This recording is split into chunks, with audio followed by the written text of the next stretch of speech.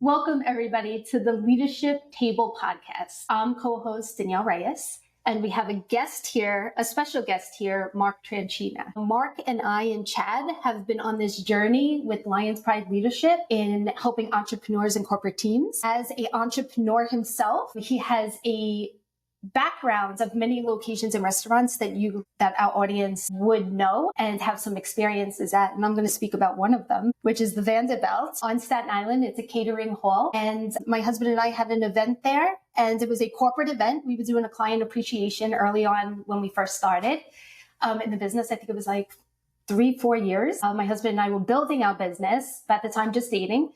And we held a very large client appreciation event. And I remember the waterfront, and I remember Chad, I should have known, but Chad brought me in and he said, okay, how would you like this event to go? And I was like, I want the whole view. And he said, yes. And then I said, and I want this. And he said, yes. And I said, I want this. And then I should have caught on. I'm like, why are you saying yes to everything and not coming back at one thing? And that evening he proposed right at the waterfront at the Vanderbilt. So Mark and I have a long history, and I'd love to talk about your backgrounds and what led you to now having, well, you've always had a heart for entrepreneurs. You've done corporate teams yourself. So let's just talk a little bit about that, some of your successes and failures.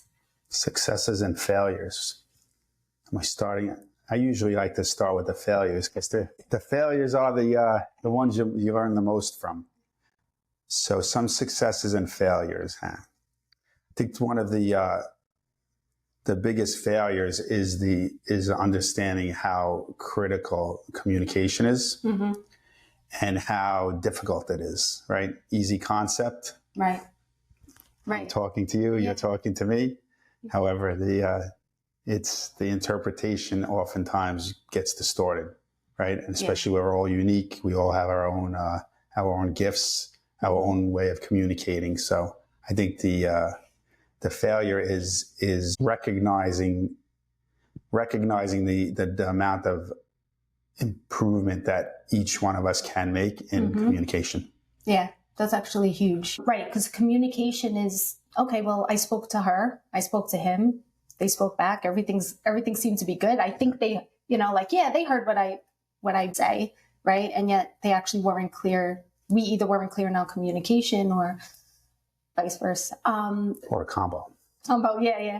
But could you share, I know we've spoken offline, so I know quite a few crazy and exciting stories on your journey, right? Can you share a story about some type of communication that you had with your staff in your past, 30 years?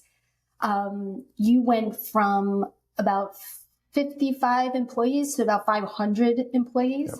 Right? Could you share just a story there on how communication had stood out to you that maybe now looking back, you could have done something a little different? Sure. Well, yes. Beginning when I joined back in the early 90s, we had 50 employees, and I joined in together with my family to help build out the model. Mm-hmm.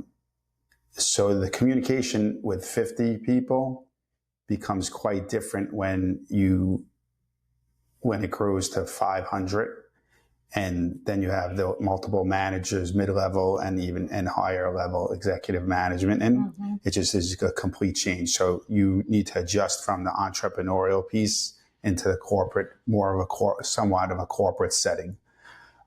So that bridging that gap is oftentimes was a big challenge to get through. Based on how you said growing, right, from the 50 to 500, how did that start? Like, what was a success? I want to hear a success there. What was the success of the growth of that and across so many different, in the same industry as food, right, and hospitality, mm-hmm. but yet also different, what would you call it? Different models? I guess different models. What a biggest success for me was the growth of the people. So there were many people who came in in the Japanese steakhouse side, not knowing a word of English, right? Mm-hmm. And then, 5 to 8 years later, becoming the head in charge of all the chefs, right? So there's a bunch of stories of that, of people personally growing and then flourishing in the business. So that human development end is really is where the biggest wins come from. And I think that's quite rewarding for me. Yeah. Right? So could you share a story of like an individual or something that you've seen through the journey? I think it was that, the one individual I'm thinking of, comes in, doesn't know any English, right? And we're, we're going through, we have get this training program going. I'm a young manager with knowing, running the facility and knowing I want something specific. And I'm being very, very diligent on stating that English is the most important thing, right? And the chefs are prepping up and prepping together, and they're speaking their language to each other, and I interrupt. And I'm like, no, English speaking, you guys got to speak English. The customers need to be heard in English. And I think I may have been a little too forceful on that one. Yeah. And, he basically got up and walked out, right? Then I chased him down. I'm like, no, sorry, I didn't mean to upset you.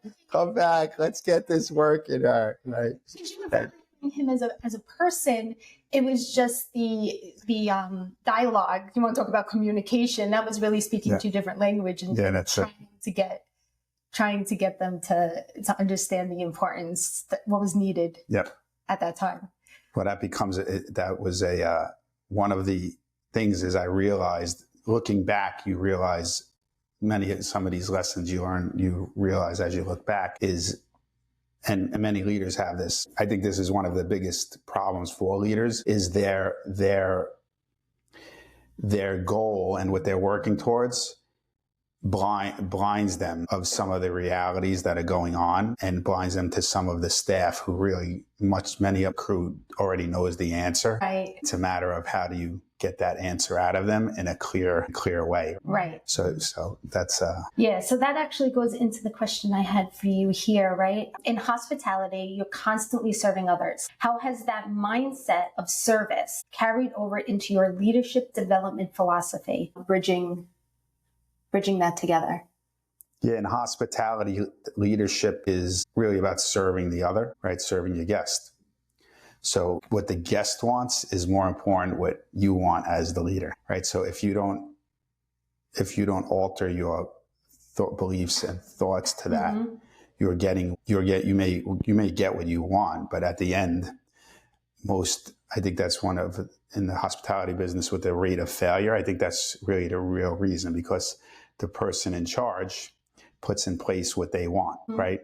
And rather than looking into what the guest wants, right? It's very easy to blind you that way. That's actually very important, right? And if we could stay there for a minute, because I think as leaders, right, as strong leaders and entrepreneurs, we have a vision, right? And we have a plan. Well, we think we have a plan, right, of how to get there, right? So vision as entrepreneurs or even corporate leaders, right? They kind of know the end, right? And then there's this way of getting there. And one of the pieces that you're bringing up here, which is very valid, is that sometimes we're just so strong in leading that we kind of tell people the direction we're going in instead of pausing. I love the word pause.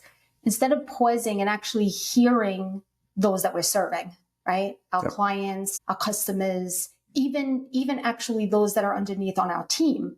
If they're running a department, right? Or they're running something and we're seeing it from the outside in, they really have all the insight and the knowledge from the inside out. Yes. Right? So what would you say, what is one thing that we could do as leaders to, like, what would you suggest that we do in that time, because we're so driven, right? When we pause, what do you think would be a good question or something that we could ask them to be able to get that insight from them? Well, I think the insight comes from, as you said, good communication. And good communication, one of the components is trust, right? So it's really not about what question you ask them. It's really about an ongoing dialogue of openness and genuineness, right? So, everyone has their own leadership style. My belief is that that genuine relationship, which I think the trick of it is we speak of glue meetings, right? Yes. So I think one of the keys is really a short glue meeting with those people that are direct reports. That's done every week, right? Even that 10-minute check-in, how you doing?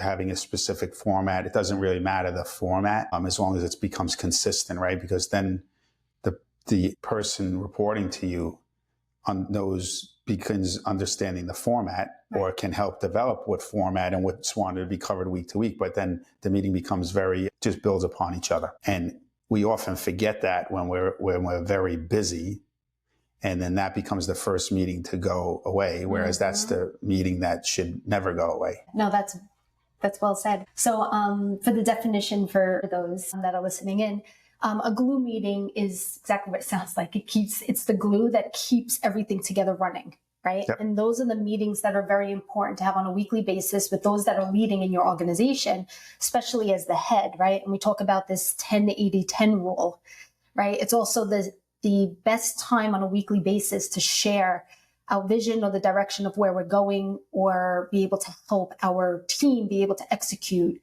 So we give the 10%, we allow them to execute on the 80, right? And then when they come back into the next meeting, we talk about just sealing up that last 10% to make sure everything's moving in the right direction.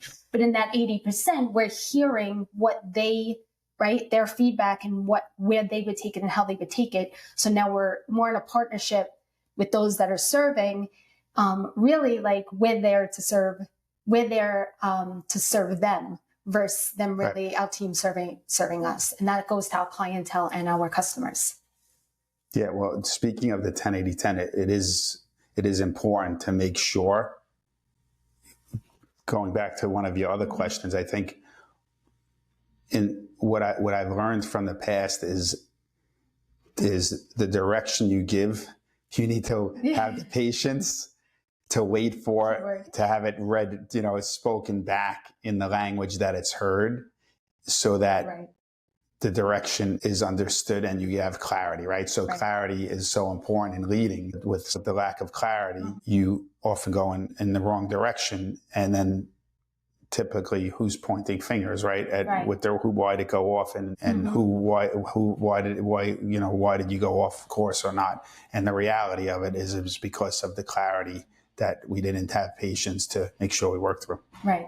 That's very good. You shared a story with me about, and you could identify which location it was, but there was a girl, a receptionist at the desk. If you could share that story, because I think it's important. You just said communication is key, right? And we know that breakdown in communication breaks down in trust, right? So that starts to occur too. Can you share that story with the audience as they... Yeah, well, it's really an awareness issue. So we speak about awakening, right? Which the way to awaken is really, you have to have really good awareness, right? So, the story Danielle's mentioning was a receptionist in one of our catering facilities, but way back, this is probably maybe 15 years ago. And I innocently went down to ask a question about an item. So I didn't think I was in a bad place or anything, and I wind up going down and asking the question. The employee was relatively new, and I just asked the basic question. I go, how many people are on this party? And she started crying. Right? So I'm like, everything, yeah, is everything okay? Everything okay here? Right? So, I go upstairs. I'm like, to one of the managers. I'm like, yeah, I'm not sure what happened there. And so the manager's like, you can be quite intimidating when you go down. I'm like, what do you mean by intimidating? Right? Well, the way you look at people when you ask them this question that you need, you have to be aware of how intimidating, right? And then I guess I got it at the time, but then I realized after, because I've been in that leadership role for many, many years, even dating back to school and leading in school and back in before working days and throughout.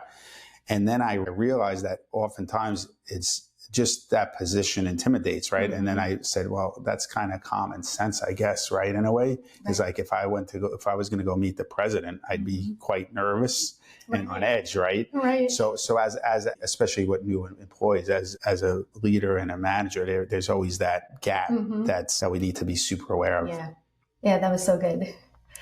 I'm going to just pull out stories from you because I love we've now been working together about 4 years, right? Yep. Give or take. We're looking really far beyond you. We have a collective vision of where we want to take Lions Pride, right? And that's exciting. And a lot of the experience and your journey has brought you to this place now and had me and Chad turn around and say, okay, we could build something special here. One of the things that I wanted to bring up, which we had just had a conversation before about Hurricane Sandy. I'm going to go back for a minute, right? Because we're talking about what you have already built and the heart behind it in the community and the people and the serving, right? And the hospitality and leadership. And that's everything that we're about. And I love this. Hurricane Sandy in 2014, in response to the devastation of Hurricane Sandy, Mark launched the Boardwalk Days at South Beach initiative, bringing free concerts, fireworks, family events, and weekly Give Back Wednesdays, programs to support local nonprofits and reconnect the community. Can you talk about how important it is, right? Because we're not just, I'm going to say, we're not just a business. Some people sometimes put a business in a box, right? But when you really care about people in your community and everything else, right, you have a serving heart. So can you share on what your mindset was back then and why you threw such a initiative that was very impactful to the community, especially during a devastating moment? Because that's true leadership. Well, I think I've always been involved. I've been involved with the community for probably over 20, years ago, probably giving away your age, almost 30 years. So I involved with all the different organizations. That time was certainly, especially down in that area, there was a lot of devastation in the area. It's really a gem of an area of Staten Island. So bringing obviously in the hospitality and in the business, I had good connections with a lot of nonprofits who some were struggling, some needed to get their name out, some needed to build morale. So it was just really a perfect way to build that in and take advantage of that for the benefit of all, right? Right. So the concerts brought tens of thousands of people down to the boardwalk. I think you said about 15,000? Yeah, anyway, 10 to 15,000, 15,000 people, multiple.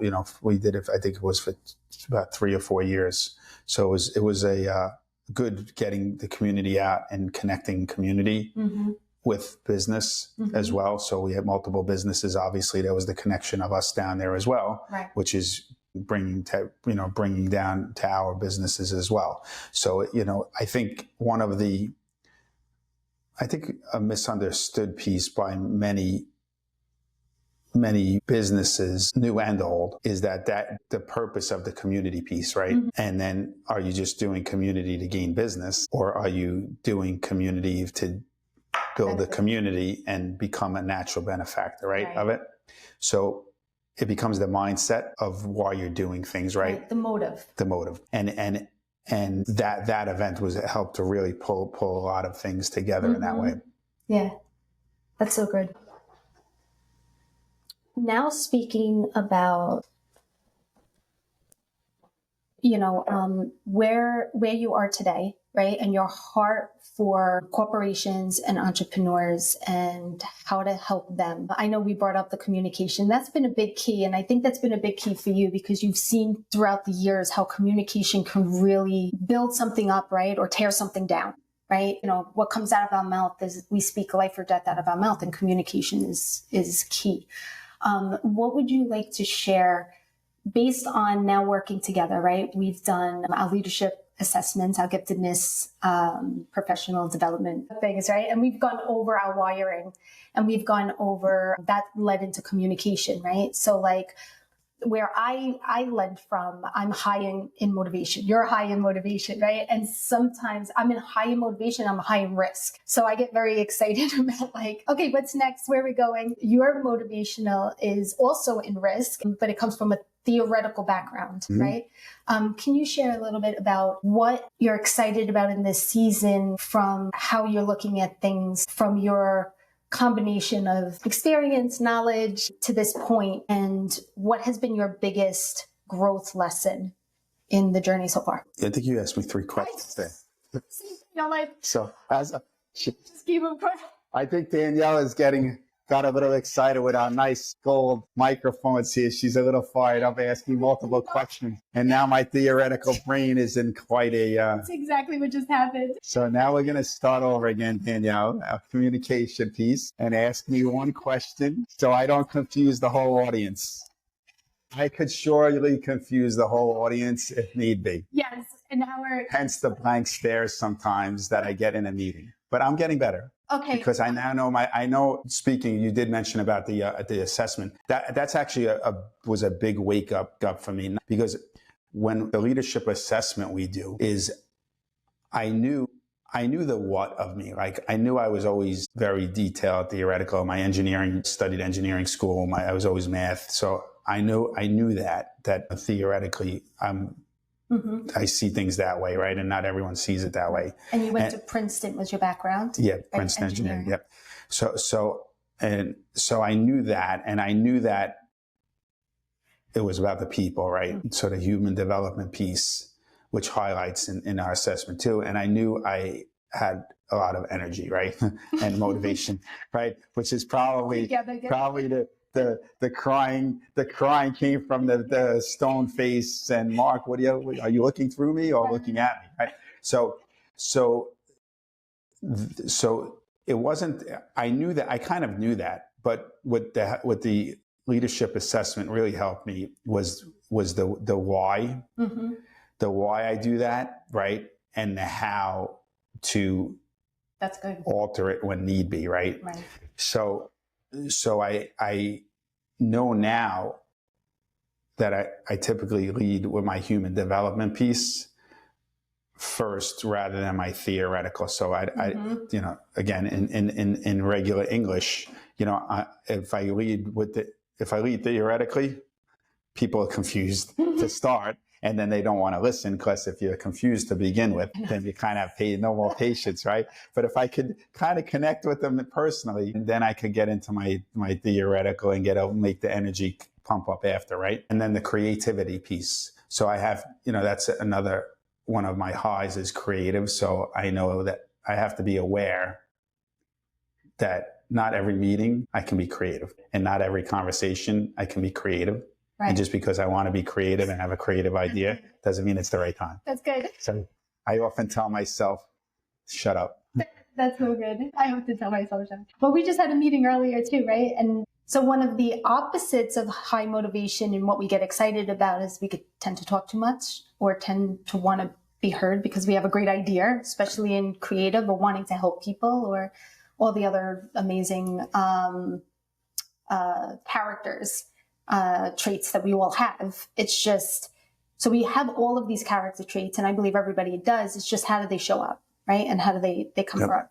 Some people are a little less quiet, and they observe and they internalize, and then some just externalize like everything. And I know you and I in meetings, we externalize, I think, before processing it sometimes, but you do also a very good job of processing and then executing it. So as we start to close up today, Mark, I do want to thank you for the insight that you've shared, and we're going to have you back on because I think we have a lot more to talk about. As you can tell, I just asked you 3 questions in one. And right now I started going like this too, because I'm like, okay, my motivation has to slow down a little bit. So exciting. But is there anything that you want to leave our audience? And our podcast today was all about hospitality. It was about leadership. It was about serving and helping others, right? And the heart behind it. Is there something that you would like to leave them with? Bit of advice.